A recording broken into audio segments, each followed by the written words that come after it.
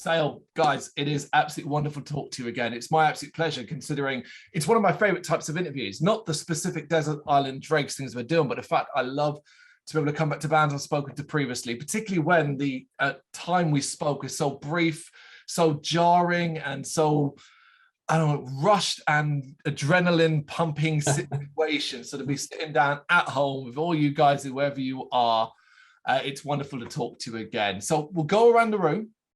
And basically, how have you been keeping? Starting with you, Charlie. Yeah, mostly good. Sort of business as usual since we last spoke, really. We've been busy. We've been doing a lot of stuff. Personal life's been sort of crazy recently. Me and my girlfriend moved in about 2 weeks ago. But on top of that, I've had car stuff going on. I've had like other stuff. It's just been non-stop since last year. So yeah, it's nice to like actually calm down a bit. But yeah, otherwise, all good. Excellent, excellent. Real life stuff. I love it. Okay, what we Kainan? Yeah, I'm doing good. Like Charlie said, keeping busy. Got a lot of projects that I'm working on, so it's quite fun. Yeah. But yeah, just trying to keep busy. It's all you can do, particularly these days. And yourself, Tim? Yeah, good. What I enjoy about the time between when we last sort of saw you and now is there have been like 3 mustache cycles before this mustache came back, but to you it's the same mustache as it was then, but it's not. So that's what I've been doing, intermittently shaving. Okay, experimentation, finding what works. Yeah. Okay, awesome. So guys, this is Desert Island Dregs. We came up with this because it's everyone else has done it, Room 101 basically, but considering we have 3 legs on our website, games, horror, and heavy metal / rock music, and so on, we thought we'd break it down to that. 1 nomination from each. Now, we changed it up, and it's games and books, because not everybody actually plays games or has played games in their life. So after that came up, we said, you know what, throw books in there as well, a game or a book. So you got 1 choice each for that to take to a desert island. The same goes to horror movies. Horror is wide varied. What you find scary, what you define as horror, someone else will have a might different view in it. So again, put it this way, we've had Scooby-Doo come up on this. So yeah. That's the pinnacle of horror movies. And of course, record, 1 single record. The secret, there's a secret one which comes at the very end, and it's simply this. We'll get to it at the very end. There's 1 more that we don't tell you about beforehand, that we throw out to force you to think about on the spot. But before then, I would love to be able to say that since Bloodstock, we last spoke, everything got back to normal. We just carried on, and you were gigging and spreading yourself around the world, and music was being released and all that, but that simply hasn't been the case. So you guys, as a group, have you managed to keep the drive going when everything basically continued after August 2021, continued to basically look a bit crap afterwards? Yeah, it was... the world was a weird place. We've kept busy, I think it's fair to say. We've had a lot of stuff in the pan. Like even before August, we were planning for like the end of the year with a lot of forthcoming singles and music videos and other little projects we're doing. So like behind the scenes, there's been a lot of stuff that we've been trying to get into place. So short answer, yes, I think. Yeah, I definitely feel like the drive's been there. There's yeah, like Charlie said, we've had a lot of projects that we've set in motion, and like yeah, basically there's a lot to look forward to this year already. I don't want to say too much, but like, you know, we've got the new single coming out on the 3rd of June. We've got a Bowie compilation that we're part of coming out a bit later in the month. So yeah. It's good to hear that it is exciting things been going on behind the scenes, because of course, from the outward facing, from a outside perspective, sometimes it seems like Bloodstock, something like that happens, something quite achievable happens, and then everything comes to a dead stop, particularly as much planning as you can possibly do come September. It's not like we could actually go, right, well, next week venues are open and you can now start booking your tours and stuff like that. And then we've hit 2022 when things are beginning to resemble normalcy, whatever that might mean. And still, we now have a backlog of gigs, shows, and festivals booked to the hilt from years of delays. With all of that surrounding you and kind of, I guess, weight on your shoulders, what's kept you guys going? What's kept you so focused on all this stuff that you've been working on? I think it's been we've been really in the trenches, sort of writing new stuff and being excited about the new stuff and looking forward to being able to put that out into the world. And that's definitely, for me, and I'm sure the other guys, has been a real driving force for just keeping everything ticking over until we're able to play these amazing lineups that have been booked for 2, 3, 4 years, however long it's been now. Yeah, I'm going to echo that for sure. We've started playing some of our new songs live at certain shows, and my God, like, you forget what it's like sometimes, like, to wheel out a couple of new songs that you're so into, and it's just like, well, for me, it's like 2 different bands almost. It's amazing. Those new songs are so like on the button with it, and we're having so much fun doing it. So yeah, definitely that, Tim, definitely.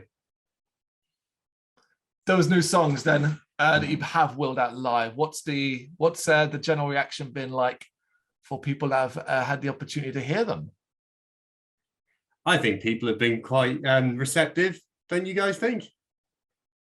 Yeah, I think that overall the vibe's been like really positive, and they're a bit more like high energy than our older stuff. So like I think we've enjoyed playing them more, which has sort of had an effect on the audience. Like, because if they see you're enjoying playing, they're going to enjoy like the performance side of it as well as the song as well.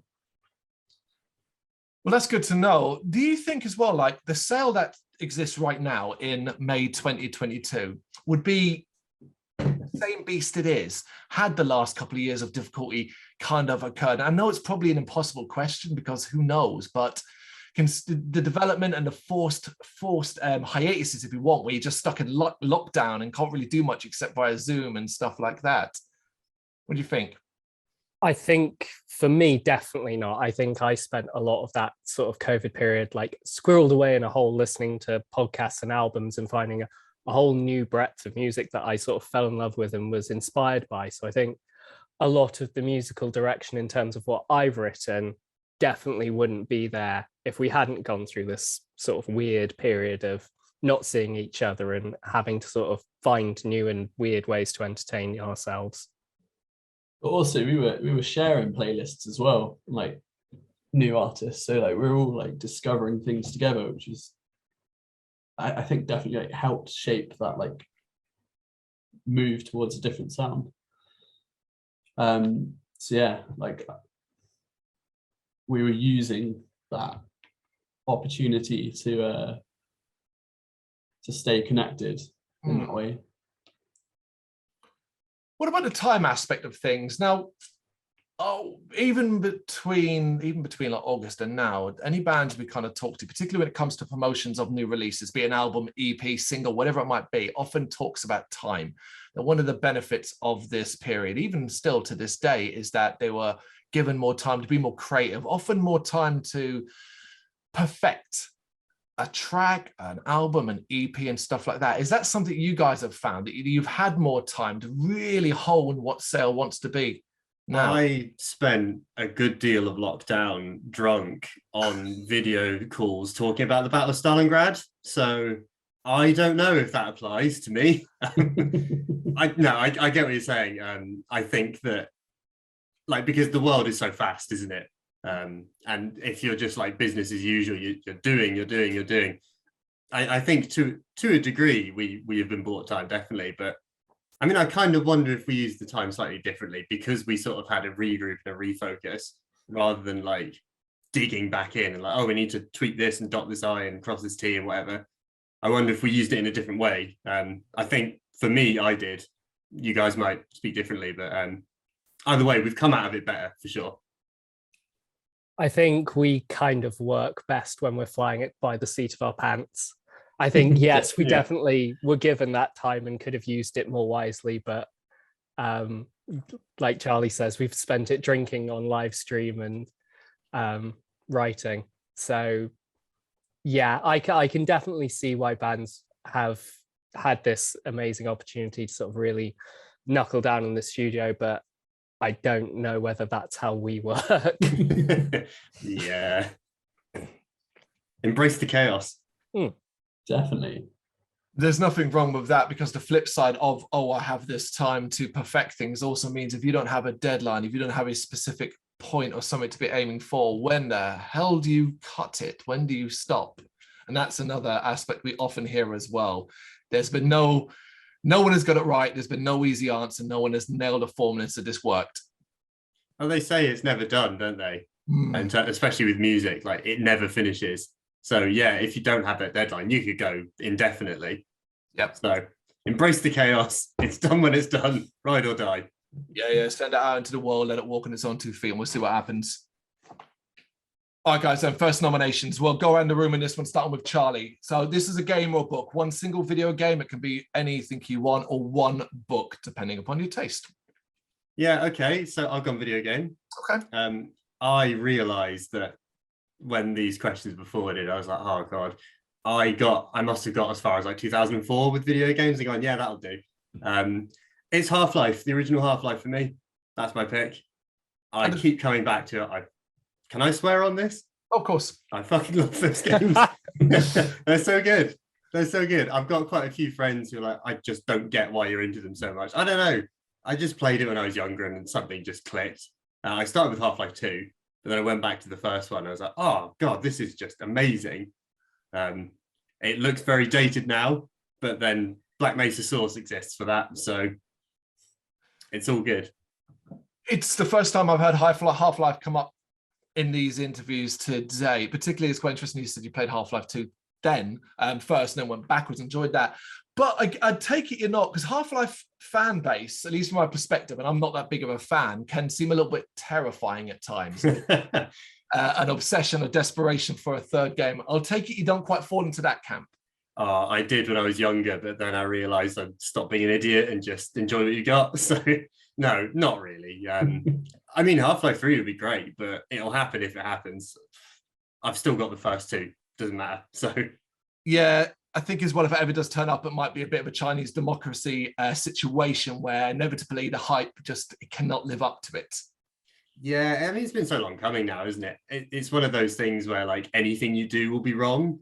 So yeah, I don't know. For me, like the first two were so brilliant. The story was so riveting that like, yeah, okay, it's left at kind of an open end, but that's fine. That's not all stories need to end, I guess. And sometimes enough can be left up to imagination to fill in the blanks yourself. Who needs every answer, right? Yeah, sure. Okay, Kyan, you're up. Right, I would probably have to pick No Man's Sky. Oh, wow. Just purely based on I've already sunk most of lockdown into the game, and I barely scratched the surface. Like it just keeps on giving. That's fascinating, because going back to literally what I just said, there's a game that has that came with so much hype that the then pushback on what the end product effectively was really caused a lot of anger, necessary anger in the video gaming world. Was that something you bought into? Were you there at the start, or was it just something you kind of came to afterwards? So when I first got it, I was like, swept up with the hype. Like it's like, oh, I have to get this. And then it's like, oh, this isn't as good as they promised it to be. But like they've built it up from where it was to what they wanted it to be. Yeah. And like they just keep on like updates and updates and updates. And like they're not making you pay for it. It's literally like here's a new thing to play with. Like his space pirates, his like haunted spaceships. So yeah, it's great. Like just keep on giving. You know, I haven't played it. It is on my long list of games I must play, but truth be told, the size of it and what you've just described there, what I'm aware of, like the ultimate many patches that have come out and updates, has meant it's a very terrifying prospect to get into as a starting point. You know, what's your advice then for someone like me who has it, wants to play it, but is just a bit too nervous to step into that world? Just jump in. Just jump in. Like the game will guide you, and you will lose your life to it. That's what I'm worried about. All right, Tim, you're up. I really struggled with this because I stan Elder Scrolls Online till I die. I love that game, but nothing has a place in my heart like Ocarina of Time. I knew it. It's the best Zelda, and it will be till the day. The number of like sunny afternoons where the like summer breeze would drift through the open door, and I'd hear my siblings playing outside, and I'd be in there trying to get through the volcano door before I died because I didn't know you needed the red tunic yet. I love that game with all my heart. Was that your first experience with a Zelda game? Yes, absolutely. I find that I'm taking a bold presumption of your age to a certain degree. So I find that with people, myself included, that was also my first entry point into that series as well. And it's certainly a childhood thing, the memories more than anything else. When was the last time, do you still regularly play it? Have you played it in the last few years? I've been meaning to go and like thieve my N64 from my parents' house for ages, and I haven't managed to do it, but I'm jonesing to play that game again. Because that would be a fascinating thing then to sort of see how you feel if that magic still exists. Yeah, I can definitely see that. I mean, I had all the way through the sort of like GameCube era and Wii era, I had the little disc that had like Majora's Mask and the original Wind Waker demo. And I played it on that with the Master Quest or whatever it was called version, which sort of in a way breathed new life. So I'm hopeful. I have enough fond memories. Do you have a Nintendo Switch? No, I don't. My girlfriend's vaguely talking about getting one, so I might just live vicariously through that. Yeah, because if that's got like Nintendo Online and you pay a fee and it's got Nintendo 64 games and both Majora's Mask and Ocarina of Time are on there now, like basically the N64 version. So it's kind of an easy way to play it rather than just get the N64, hook it up, blow it, and with those horrible controllers. I feel like that might be part of it though. Fair point. All right, guys, we'll move on then. And of course, now we're talking new single. Emotional Ocean. That is a mouthful. The amount of times I had to repeat and say that to myself today to get that right. I actually reread it wrong several times and kept leaving out one word. Emo, basically, EMO in brackets, right? June 3rd, it's out, new single. And look, I'm not blowing smoke up your ass, but this is an absolute banger. I had it on repeat earlier on while I was doing the dishes. And again, not, without being too forward, it was very emotional for me. It made me cry. Talk to us, please, one of you or all of you, about the creation of this track, because it had a hell of a lot of impact on me. This was the one, wasn't it, that like Tim, you sort of presented to us. I've written this thing, and like we played it. It's like, oh, this is what we sound like, right? Okay, yeah, this is a big one. It's so fun. I think it was like one where we all just kind of woke up a bit, and you really hear every individual performer on that track, and it's the sum of its parts bigger than the sum of its parts, blah blah, that whole thing. I think it's a really good reflection of where we are as a band, and I think it's a really good kind of statement piece of what's to come. Definitely. Yeah, definitely. It is a really good indicator of where we're heading.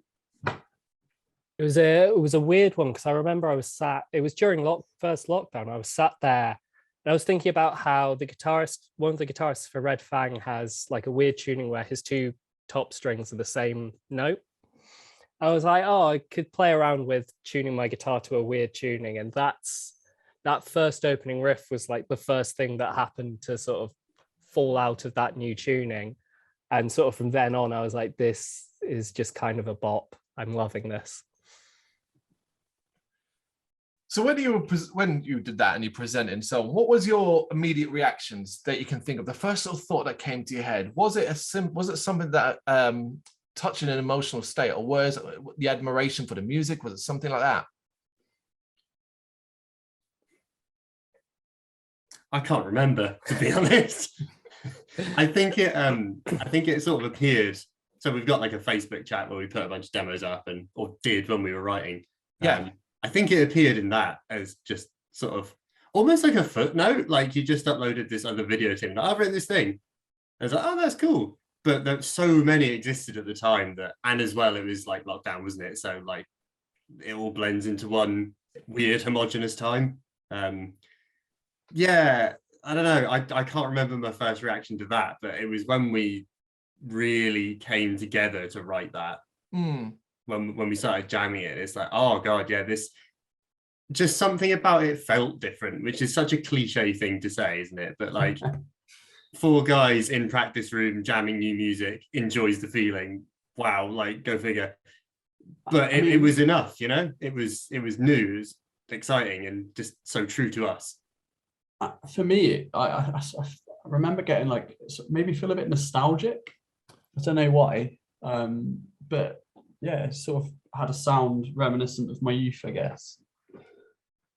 So, well, that's interesting as well, because I mean, you talk about definitions, you talk about defining bands, and we like nothing more than to pigeonhole and put bands into those spaces, and this is where you belong, this is what you sound like, and so on. Hell, you've had it in the past. You've been described as sludgy, psychedelic, with hooks, catchy pop melodies, all this stuff that it's nice to read, but does it always say who you are?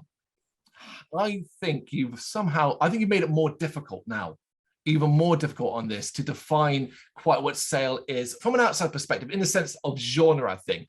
And what's quite interesting listening to you guys talk is that you seem so sure of yourselves now, based on what you've been doing leading up to this single as much as anything else. So you now have this confusion of, okay, let's all find out what Sail are now, but you guys know what Sail are. How have you got to this stage?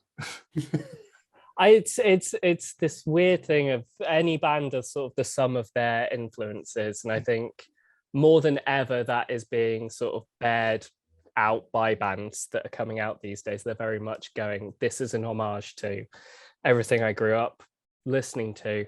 So it's, I mean, to me, the progression sort of makes sense, I guess, in my head, but it's my life that I've lived that has led us to that sort of state. But I think we've sort of thrown away marketability by sort of fitting into a genre and hope that everyone just really likes our music and our live shows.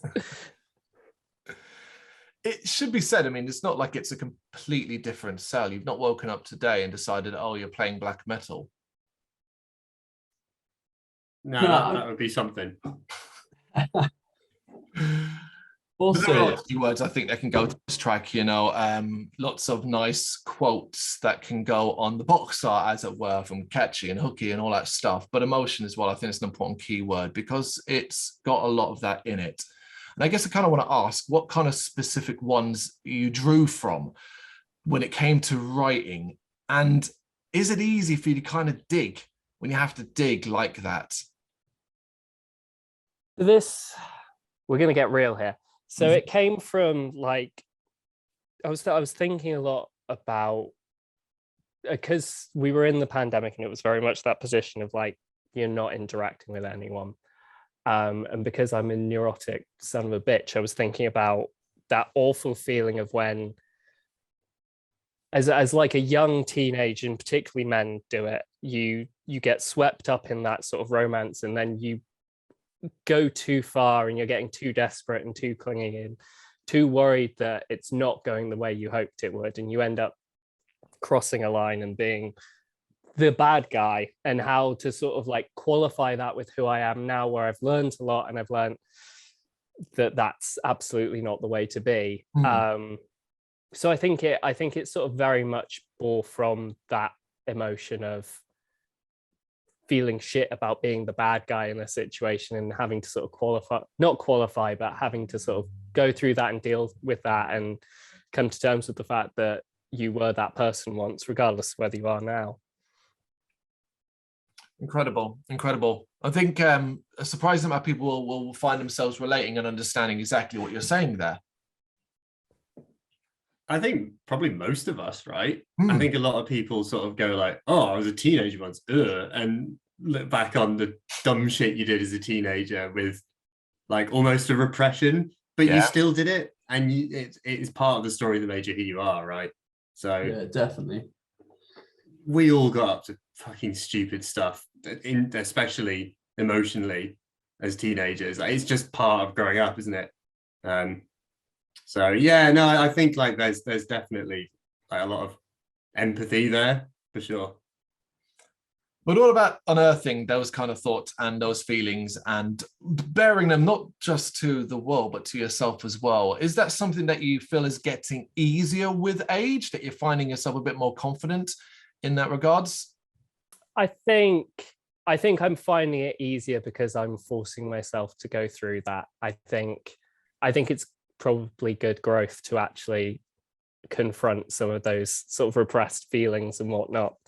I think also like I'm close to turning 30, and it is becoming that sort of like, who am I in terms of the sum of my past experiences? Who am I as a person now, as a 30-year-old, technically adult? I'm 30 next week. I can very much relate to that. Guys, I'm 38 in 3 months' time. You're 21 again for the 17th time. Oh, very, very good. I mean, 30 is easy. 30 is easy. I'm never going to grow up. Never grow up, basically. Yeah. To continue that kind of thought frame in regards to the emotional kind of things, do you think that, and this is for all of you, do you think that the music industry, and particularly our side of things, the rock metal side of things, is in a better place, a good place now regarding a willingness to open up about these sort of emotions, be deeper ones, other ones that are featured in other people's musics and stuff like that? And also, as Sale, do you feel supported when you do that? I think to the second half of the question, I think, yeah, in that, like, I mean, our audience is kind of broad, isn't it? It's not huge, but it's broad. And I think the people that do listen to us are kind of, they like us for the stuff we do as much as like, oh, this music is cool, but also they kind of get the vibe, I think. And I think these are people that, I mean, a lot of them are our mates as well, don't forget. And, you know, these are our peers. These are people that we are sort of on a similar level with. I think that's reflected in our music. And I think the kind of people that would gravitate to a band like us, yeah, kind of do accept that and support that. So from our point of view, nice to see. It's not, you know, you speak to people at gigs and stuff, and folks do seem kind of down to earth and very open nowadays in that regard. So yeah, it's nice. It's good. Yeah, people are definitely like these days a lot more open about where they're at and like how they're feeling. And it's nice that there's sort of that space in which people can be more open and sort of share their problems and emotions, not hide behind them so much.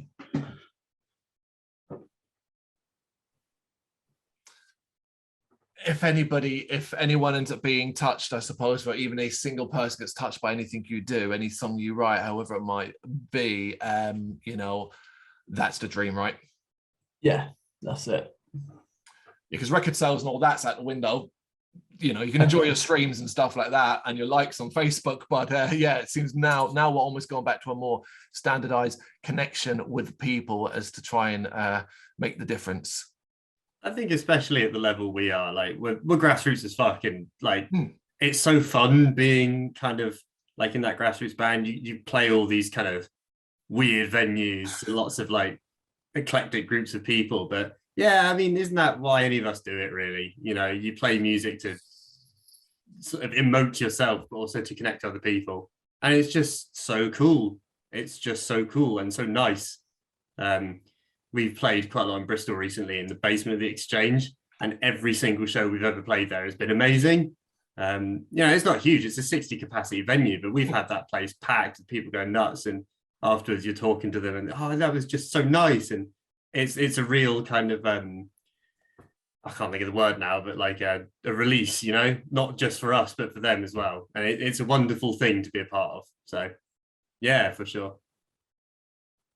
And I think there's something to be said as, regardless of where say I came from writing Emotional Ocean, our music is whatever it means to you in the moment you listen to it. And if emo turns out to just be a song you love dancing to whilst doing the washing up and taking tequila shots, then have at it. That's what it's about. Like, more love to you.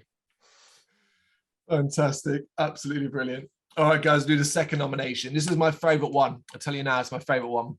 Horror. And it's one horror movie. So, starting with you, Charlie.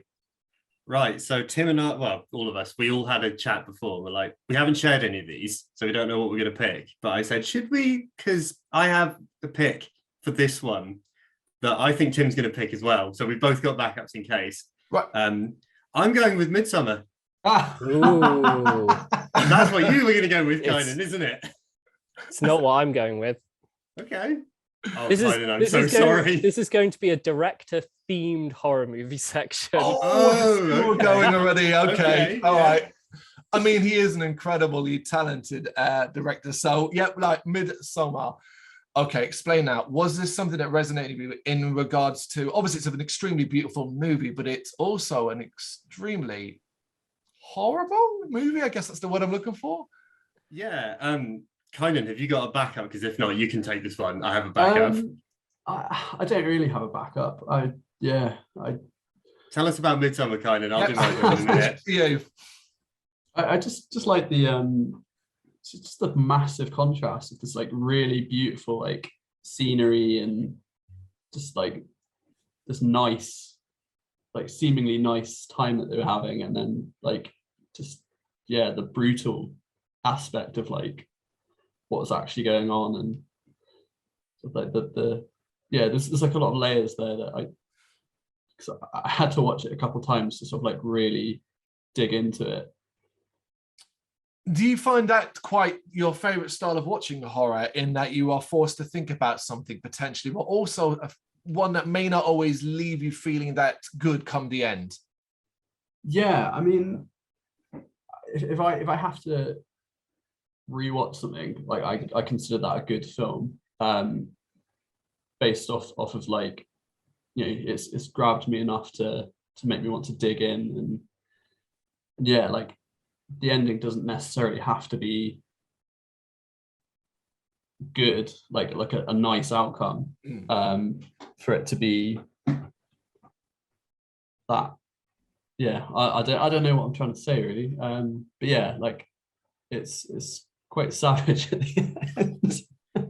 But bear in mind, you're on a desert island. You're effectively, this is the only movie you get to watch over and over again. Do you think that you could do with that though? Yeah, I reckon so. I mean, it's heavy, but like you do get that contrast of like, oh, this is really pretty. So just a really pretty, like well shot film. That's good enough. All right, Charlie, go on. What was your backup then? Yeah. Okay, so Midsummer for all the reasons Kynan has said. My backup again, because apparently I'm a dad in a young person's clothing. Let's go back to the 80s. It's The Thing. It's The Thing. I am a huge John Carpenter, David Cronenberg fan. That kind of like practical effect body horror thing is just amazing. One of my earliest memories is I woke up as a wee boy and walked in, like my dad was watching Alien, and I walked in at the point that the alien burst out of John Hurt's chest, and I think it fucked me up a bit, but like from that moment onwards I was like, wow, that's so cool. And like, yeah, I came back to The Thing a number of years later, and the practical effects are so good. Like, I know it's kind of like practical effects are very much like a thing of 80s and sort of early 90s, certainly horror movies definitely, but like movie making back then, it's very associated with its time, but it just looks really cool. As a film, it's super, like, you know, you wouldn't put it up for any awards for story writing or acting, really. It's not one that's like, wow, this is not like a Midsummer, you know, where the whole thing is so perfect. The Thing is rough as fuck, but that's kind of amazing, and also Kurt Russell's in it, so absolute win. I just love it. I just love it. No, I completely get it. We have like 2,500 horror movie reviews on the website overall, and I think less than 10 have ever received 10 out of 10. One of them is The Thing. Yeah, I can believe it. You know. I can believe it. Okay, Tim, you're up. So I'm a sadist, and I watch my horror films around Halloween in the pitch black by myself. And this was one that I had to pause and walk out. It was a weird slow burn because it came out and no one seemed to take much notice of it, and then in the last couple of years everyone's gone mad for it. But Hereditary, a horror film that taught us that sometimes the scariest thing you can watch is a family having an argument over breakfast. It's just kind of game changing for horror. It's incredible acting that would stand the test of time alongside classic films. It's beautifully shot and it's just horrible. It's just the most oppressive film I think I've ever sat through. And I'll do it again this year by myself because that's the kind of man I am, apparently. Great choice of words there. Oppressive. Were you an early adopter in regards to what you said yourself, that it did kind of come about and get forgotten and pushed to the side for a while? Now it's kind of put up there in the high echelons of what's considered very good, brilliant modern horror. No, my good friend Jackie, who I consider an absolute authority on horror films, put me onto it a couple of years ago, I think, around the time that it had its sort of weird renaissance. And I watched it, and I think I then messaged everyone else that I knew going, don't watch this, but you have to watch this film. And you have to tell me when you've got to the bit. Oh, the bit. Yeah. Yes. Yeah. I mean, the fact that you say the bit and everyone's nodding their heads, and we don't know what the bit is, that speaks volumes, I think. What an incredible impact. Definitely.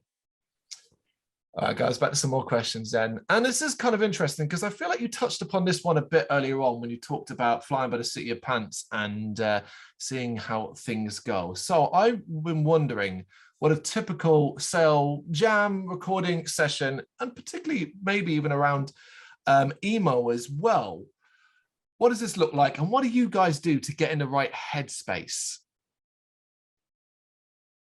I personally like to shout into guitars. I'll give you some context for that because that's a weird thing to say. No context needed. No context needed. I just like to shout into guitars. It's just nice. No, when we recorded emo, actually, in terms of the recording process, I thought we were super slick.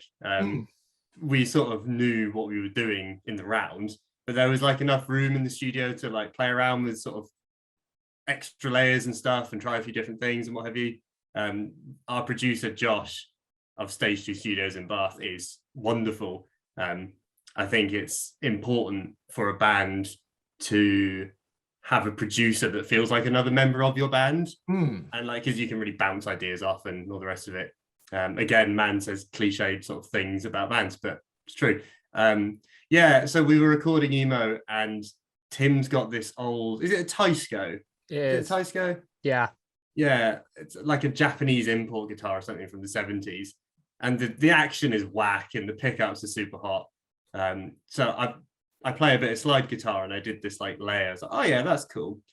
And we were doing it and I said like, oh yeah, that's the take. And we listened back to the take and you could hear me say that's the take through the guitar because the pickups are so hot. And I was like, okay, cool. There's like 3 different bits where I use this guitar. On the last, I just picked up and just yelled into it, and we kept it on the take. It's in the song, is me screaming into a guitar, and that got me in the mood. I'll tell you that. Yeah, that was incredible. I think the best bit about that was I was just like filming your take just to record it, and I got this moment where you just screamed into the guitar. It's just insane. Absolutely insane. You're a madman. Live fast, die young. What about you then, Kind? What helps you get in the headspace? I just like, I'd been jamming it for well, we've been playing it for ages before we went into the studio, and just like it's just a really fun song to play. And yeah, just it builds energy like from the first note, and it just ignites something in me. I love it. Yeah, it seems like you were very comfortable almost before you even got to that point.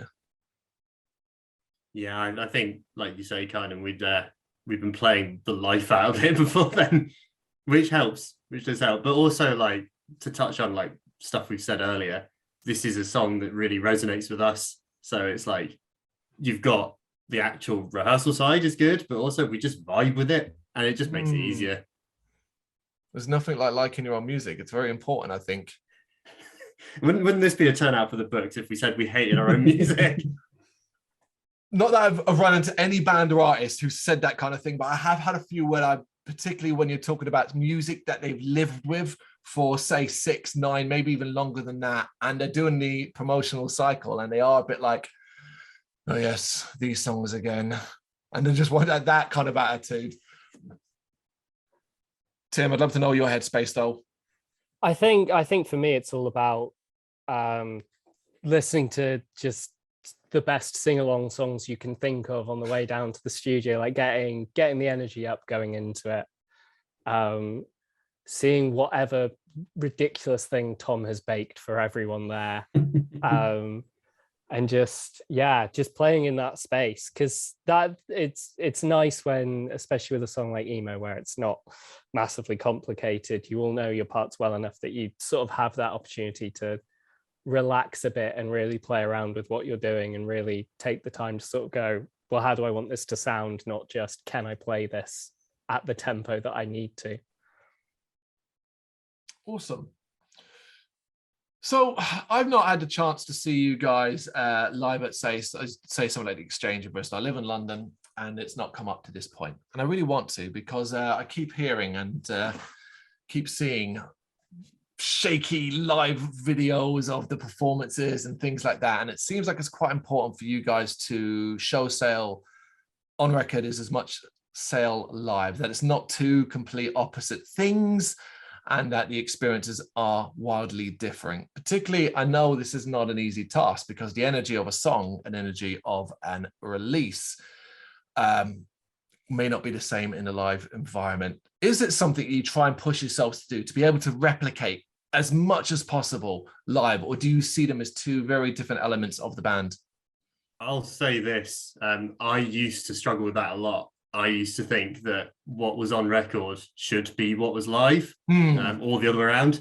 And then, like, we sort of talked a bit about it, and it was like, no, they can be two different things. Because if you're trying to replicate exactly what's on record live, we'd probably need about 13 band members for all the different bits going on. And we haven't got a car big enough for that. And most venues don't have a stage big enough for that, so fuck it. It's the energy of a live show, isn't it? Like, a live recording is what it is. It's a lovely piece, and you can do lots of layers and weird shit and stuff, and that's fun and cool, and keeps it as a listening experience really interesting. But a live show is just like getting like the fire in your belly and just expelling it. It's just going a bit fucking mental for half an hour. It's so, every live show is different. Every live show is unique. So that should be embraced. Yeah, of course, as well. You know, you go to a live show and you've got a crowd that's half asleep. You go to a different city and the crowd are, I don't know, ripping the walls down in excitement, that kind of thing. It feels like it's always going to be different. I don't know. I feel like recently we've sort of gone to our live shows with an attitude of just play our hearts out. Like, whether we're playing to like 2 people that aren't interested, or like a room full of people that want to see us, like we're still going to put like our all into it, and they're still going to get like that intense show. Like, hopefully win over the people that aren't interested, but well, that's the goal again, isn't it? You said 2 people who aren't interested. That sounded like, has that actually happened to you? Well, so some of the shows we used to play were in like social clubs, or yes, this is going back quite some, but yeah, recently we've had a really good turnout. Despite like the Rona rearing its ugly head. But yeah, crowds have definitely improved. Do you think that this revitalization of the scene, the desperation for the live music, the desperation for the live shows that we're kind of seeing now, and the survival of hopefully at least a decent amount of grassroots venues, do you think this is going to continue? Because apathy it sunk in before, and people just weren't turning up and stuff like that. Yeah, it'll continue, because once like the people that are going to get apathetic will get apathetic, but then the people who are just about getting into music are then coming up, aren't they? It's always cyclical. It's always cyclical.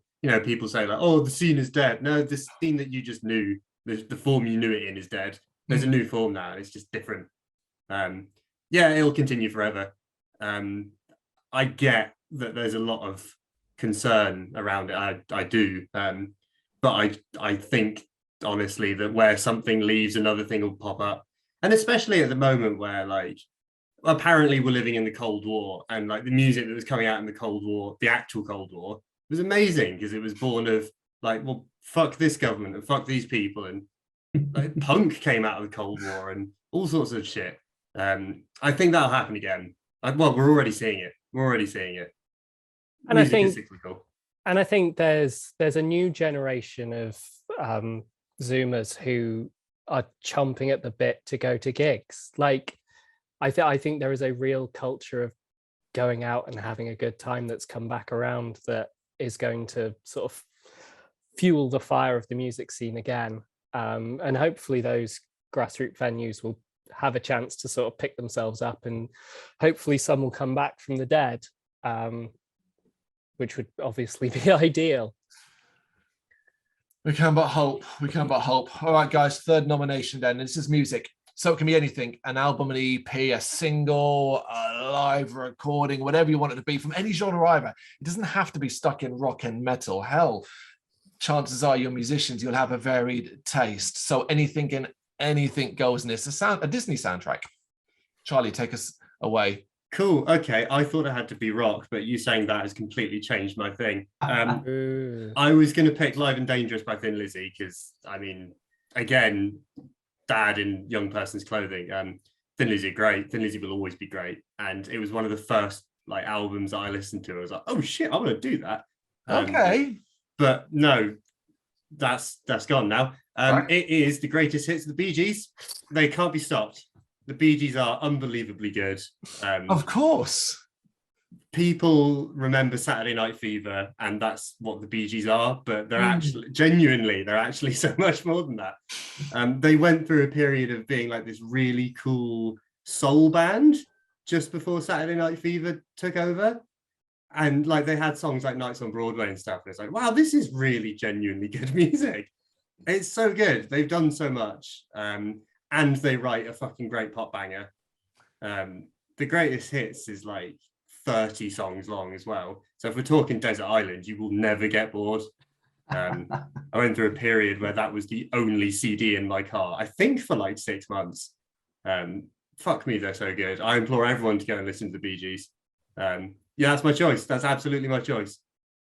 Considering such a strong reaction to that album, I have to ask then, for as a musician, elements of the Bee Gees, how have you found that influence your musical journey?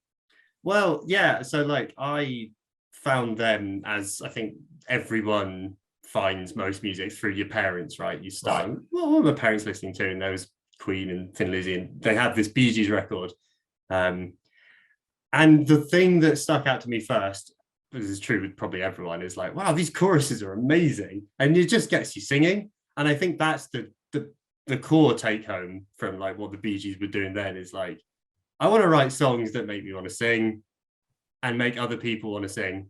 And I think that's something that like I strive to do in songs, but certainly all of us at the moment, we're all on a bit of a like sing your hearts out to this chorus kick, and I'm so here for it. But they're so inventive as well. They're such an inventive band, even though like it's all disco and cocaine. Like they're genuinely, a lot of the stuff they did before Saturday Night Fever, but that soundtrack as well, and After as well, is broadly the same, but the voice that they're using is such a broad one. There's a lot of different elements, and I like that. I like that in songwriting. You write a pop banger, but you do it different every time. I think that's really sick. Yeah, it's an interesting one for me as a youngster, a teenager. Bee Gees, man, stay away from me. That's so uncool. I can't listen to that. You know, I'm 37 now, different story. And I do find it fascinating. You say you brought up the fact that only the soul stuff was there before, and because obviously the disco stuff is what tends to come to mind. Even the disco stuff is great as well. All I ever think is, you know, the voices and the hair, and that's just awesome. My dad, there's a photo of one of his passport pictures, and genuinely, like, if you put him next to Barry Gibb on the cover of Saturday Night Fever, they're the same person. So I was quite humbled to know my dad was in the Bee Gees. That was great. Amazing. Okay, then you're up. What's your musical choice? This is a tough one. There's so much that I'm like into at the moment alone. I've been sort of rediscovering older bands recently through a podcast that we all listen to. Shout out Bandspling. And yeah, I don't know. I think I'd probably go maybe Doolittle by the Pixies, or Pixies, sorry. Okay. What's the appeal of that? I mean, Pixies obviously quite varied music is the word I think I'd use. Yeah. I mean, I used to love the Pixies. I used to love them years ago, and then I sort of got into like heavier music, sort of very into my death metal, and sort of that alt rock sort of fell to the wayside a bit. But recently I've been really like going back to sort of my early days of enjoying sort of obscure 90s music. It's funny, again, they're a great band as an example of, this is the song that everybody knows, but there's so much more. Yeah, I mean, it's not on Doolittle, but one of my favorite songs by Pixies is Vamos, and it's just absolutely absurd. It's just noise for half of it, but the bass and the drums just keep this consistent rhythm going throughout the entire song, and yeah, it's a perfect piece. But as an entire album, I think Doolittle's got me. Just like you say, that there's variety there as well. Like, one song to the next isn't like the same, but it's still the Pixies. Yep. Like, yeah, they have that effect. Like, the music is so varied, but you can still tell it's them. Great choice. I love it already. We've had Bee Gees, we've had Pixies. Tim, what can you bring?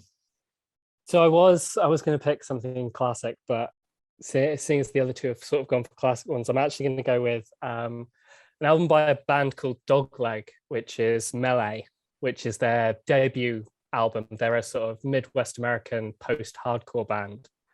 And it's sort of going into this, I was trying to think of what albums have I just had on the whole album on repeat recently, and I just keep going back to this album. It's so beautiful, but so like angry and messy all in sort of one.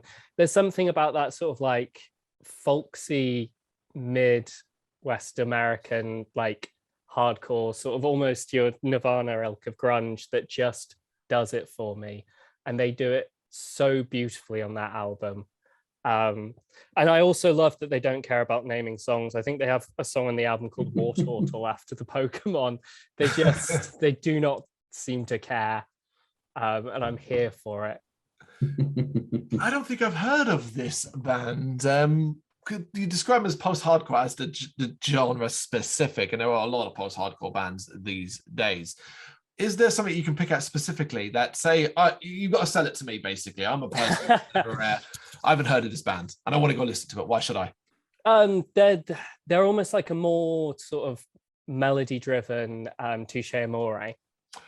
There's that real like American twang to like that hardcore sound that's sort of matches up that almost like on the plane singing hymns with just heavy, angry guitars, almost delving into like math rock in some of their bits, because I think there's some guitar sort of main bits that are just solid tapping, but it's messy and somehow catchy, even though I've got no idea what he's screaming at me for half of it.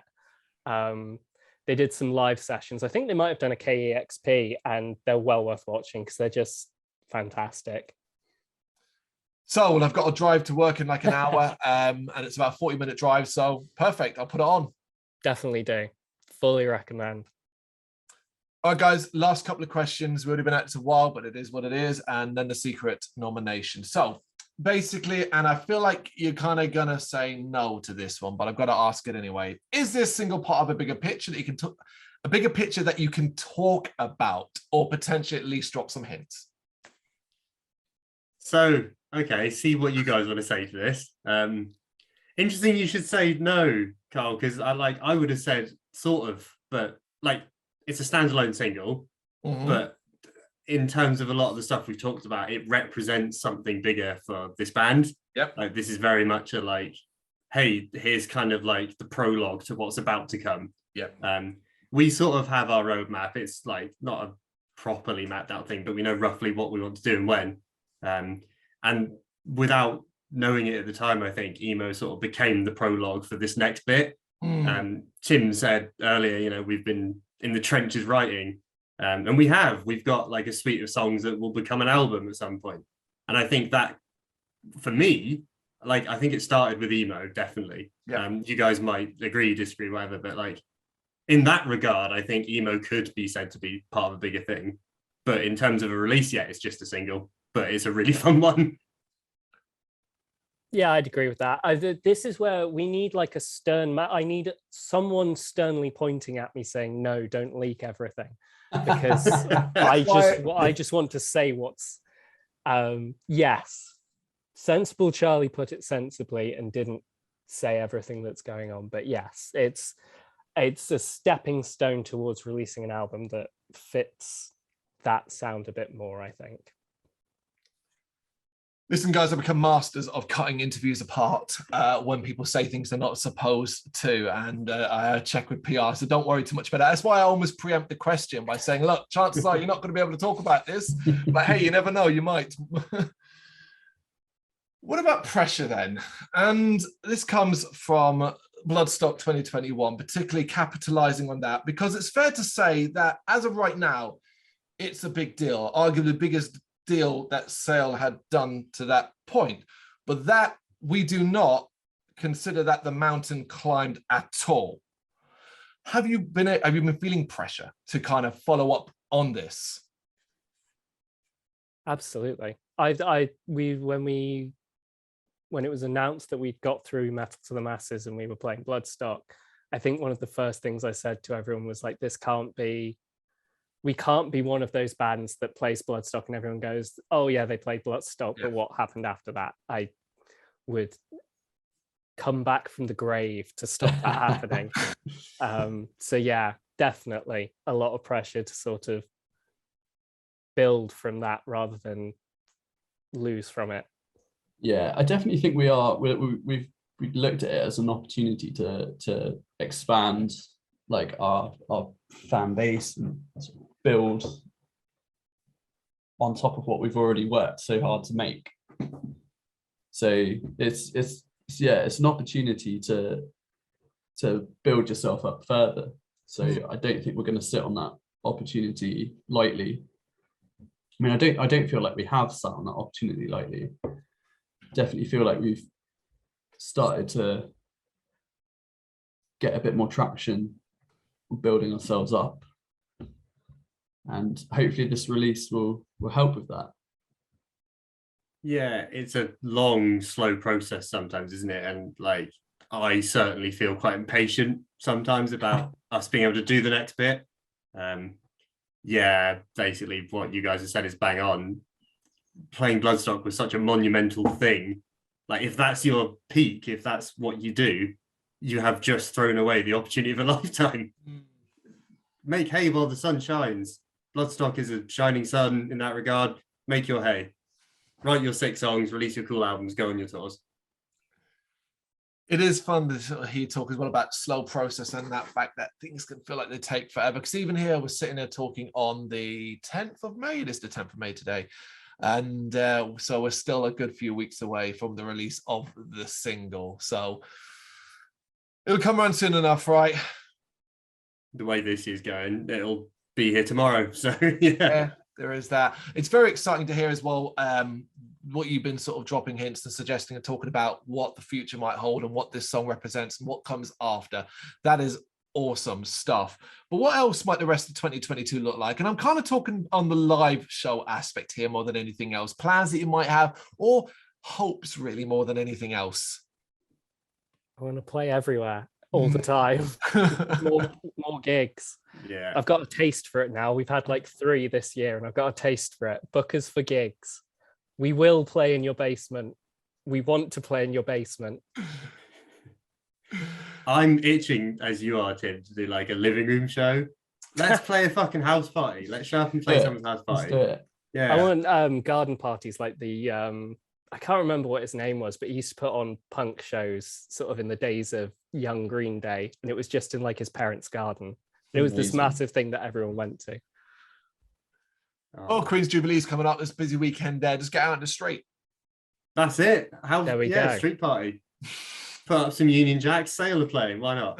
Job done. Oh, yeah. Yeah, I think like it's fair to say that probably every band ever says this actually, but we don't have as many gigs booked as we like, definitely. Our focus this year for a lot of it has been getting on this like next bit sorted. There's been so much behind the scenes stuff going on, but gigs where it happens, definitely. We'd like more. It will come. Yeah. I think there's a lot that's going to happen, certainly post emo and then post the sort of album happening. I think we're really going to just go beast mode for it. It'll be good and long overdue. Yeah, I can't wait, man. It's simple enough to follow along, people. Sales, social media, everywhere you can find them. It's very, very easy to find them. Yeah? Yeah. Last bit, guys, then, secret nomination. And this is really straightforward. Don't think about it too long. And even though you're musicians, don't always go to necessarily to the answer that most musicians feel like they have to. Secret nomination is basically this: one item you think you cannot live without. So we'll start with you, Charlie. Oh, shit. One item. My heart keeps the blood going. If I don't have that, I definitely die. Is that an item? That's probably not, is it? That's not really what you're asking. Oh, fuck. I don't know.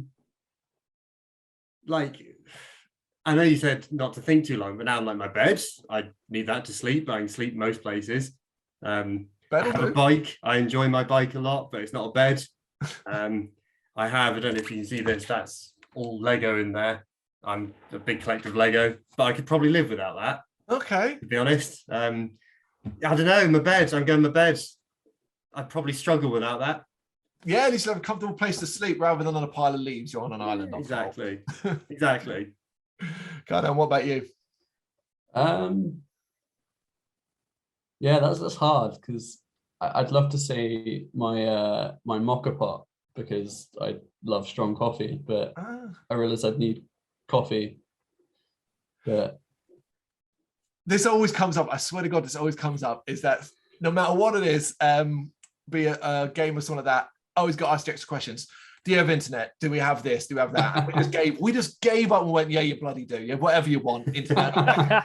So yes, you've got to bring a coffee pot. You can bring the coffee as well. Fantastic. Yeah, so that would be my pick. I basically live off of coffee these days. Yeah, I completely get it. I'm a coffee in my veins guy as well. Tim, you're the last one then. What you bring? I mean, like it's definitely a guitar, but I want to give a special shout out to the spice stairs that my girlfriend made me, which I will show you. They're just stairs of spice. That's kind of amazing. Has the name of the spice on it, and it's the best thing that anyone's ever made for me, and I use it in cooking always. But I would go out of my gourd if I didn't have a guitar to just play when the voices get too loud. So it's a guitar. Love it. Lovely, guys. Lovelies. Guys, that's it. We're at the very end. This is where we sail off and leave you to your own devices and what you brought with you. Sail, Tim, Charlie, Kainan, thank you so much for taking the time to do this. It's been massively appreciated on my end. Yeah, thank you, Carl. It's been a lot of fun. Thanks so much. Thank you for having us. Yeah, thank you. Thank you very much for watching. You can check us out on gbhbl.com as well as on Facebook, Instagram, Twitter and Tumblr. Go to Patreon to help us out over there. That's patreon.com/gbhbl, as well as Big Cartel, where you can find some of our merchandise.